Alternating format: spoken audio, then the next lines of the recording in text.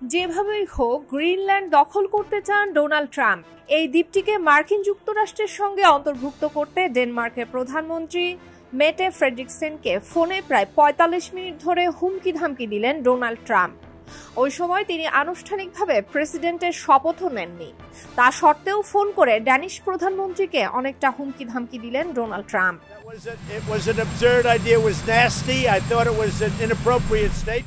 সম্প্রতি Donald Trump এবং মেটে ফ্রেডরিকসেনের এই ফোন আলাপের কথা জানিয়েছে মার্কিন গণমাধ্যম দ্য ফাইন্যান্সিয়াল টাইমস।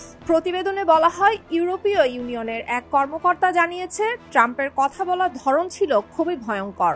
মূলত গ্রিনল্যান্ড উত্তর আমেরিকা মহাদেশের মধ্যে থাকলেও এটি যুক্তরাষ্ট্রের অন্তর্ভুক্ত নয়। উত্তর আমেরিকা মহাদেশের একটি আধা স্বশাসিত দ্বীপ গ্রিনল্যান্ড। এটিকে ইউরোপ মহাদেশের ডেনমার্কের একটি অংশ হিসেবেই বিবেচনা করা হয়। প্রেসিডেন্ট হবার আগে থেকেই ডোনাল্ড ট্রাম্প জানিয়ে আসছেন তিনি গ্রিনল্যান্ডকে যুক্তরাষ্ট্রের অন্তর্ভুক্ত করতে চান। তার মতে বৈশ্বিক নিরাপত্তা এবং স্বাধীনতার স্বার্থে গ্রিনল্যান্ডের মালিকানা এবং নিয়ন্ত্রণ যুক্তরাষ্ট্রের হাতে থাকা অত্যন্ত জরুরি।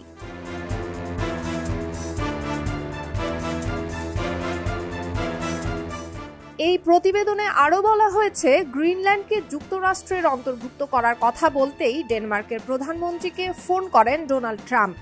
তিনি ফোনে স্পষ্ট করে জানিয়ে দেন গ্রিনল্যান্ডকে যুক্তরাষ্ট্রের অন্তর্ভুক্ত করা তার কাছে খুবই গুরুত্বপূর্ণ। কিন্তু ফ্রেডরিকসেন তার কথা নাকচ করে দেন। ডেনমার্কের প্রধানমন্ত্রীও বুঝিয়ে দেন খনিজ সম্পদে ভরা দ্বীপটি তারা বিক্রি করতে একেবারেই আগ্রহী নন। ফ্রেডরিকসেন গ্রিনল্যান্ড বিক্রি করতে রাজি না হওয়াতে বেজায় চটে যান ডোনাল্ড ট্রাম্প। অভিযোগ, ফোনের মধ্যেই আক্রমণাত্মক হয়ে ওঠেন তিনি এবং এক পর্যায়ে সেটি সংঘাতের পর্যায়ে পৌঁছে যায়।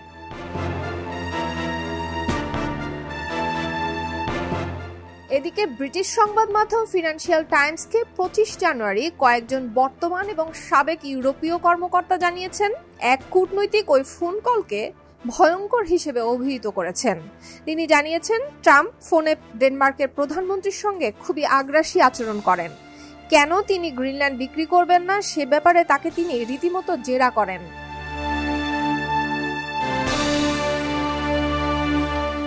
এই কূটনীতিক আরও জানিয়েছেন ট্রাম্প নিজের কথার উপর অটল ছিলেন।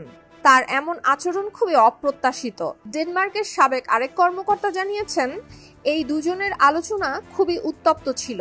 ট্রাম্প ডেনমার্কের বিরুদ্ধে নির্দিষ্ট কিছু পদক্ষেপ নেবারও হুমকি দিয়েছেন, যার মধ্যে আছে শুল্ক বৃদ্ধি করা। এছাড়া গ্রিনল্যান্ড দখলে প্রয়োজনে সামরিক অভিযান চালানো হবে বলেও হুমকি দিয়েছেন ডোনাল্ড ট্রাম্প।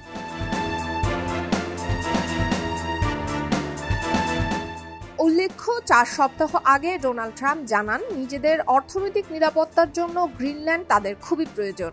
২১,৬৬,০০৭ বর্গ কিলোমিটার গ্রিনল্যান্ড তেল, গ্যাস ছাড়াও অন্যান্য প্রাকৃতিক সম্পদে ভরপুর। এটি ডেনমার্কের একটি স্বায়ত্তশাসিত অঞ্চল। যদিও পররাষ্ট্রনীতি এবং প্রতিরক্ষার জন্য অঞ্চলটি ডেনমার্কের উপরে নির্ভরশীল। সুলতানা দিনা, খবরের কাগজ।